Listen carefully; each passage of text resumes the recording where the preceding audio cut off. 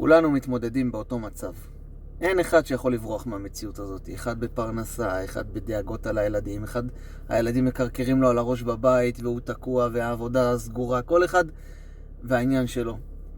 מה שבטוח, אם אנחנו ננסה לפתור את הבעיה הזאת בכוחות עצמנו ונגיד, עכשיו אני רוצה שמשהו ישתנה, שיהיה יותר טוב, רק נגביר את הבעיה.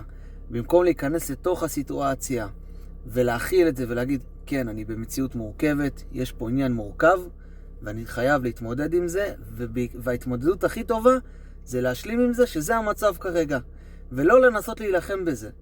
ואחד מהפתרונות הכי טובות לזה, זה להיות כמה שיותר עסוקים. אם יש לכם איזה ארון שכל הזמן אמרתם, יום, מחר, מחרתיים אני אבוא ויטפל בזה, זה הזמן לעשות את זה. זה הזמן לעשות פסח הכי מושלם שיש. כי ככל שאתה תהיה יותר עסוק, המוח לא יודע להיות בשני מקומות. לא יודע גם להיות במחשבות שמטרידות את החיים שלנו, ומצד שני הוא גם לא יודע להתעסק בדבר במקביל. אז אם אתם נמצאים שם, קחו לעצמכם עכשיו את הפרויקט הכי מורכב ותנסו לפתור אותו.